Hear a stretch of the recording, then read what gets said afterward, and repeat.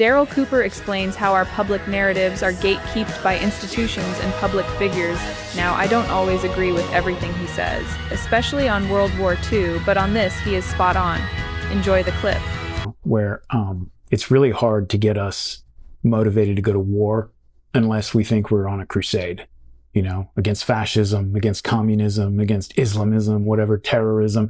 We need to feel like there's this moral evil out there that we got to go out and crush. It's the only way you can kind of animate a democratic polis to go do something like that in a sustained way. And so what that means, and what it's meant really in the 20th century, is that all wars that we've been engaged in have been just saturated with propaganda, vilification, demonization of the other side, right? And you see this in, every war we've been in, right? You see it with wars that we're not in, but people want to get us into, right?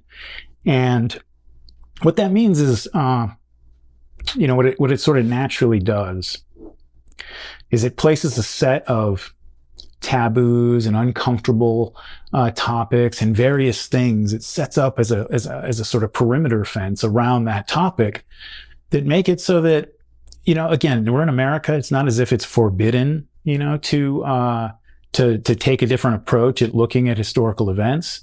But you don't have to forbid it. You just really have to make it so that the incentives to avoid it outweigh, to question the prevailing narrative, outweigh the incentives of doing otherwise. And that sort of just, you can keep generation after generation of historian sort of in bounds with a consensus narrative for a long time just by doing that.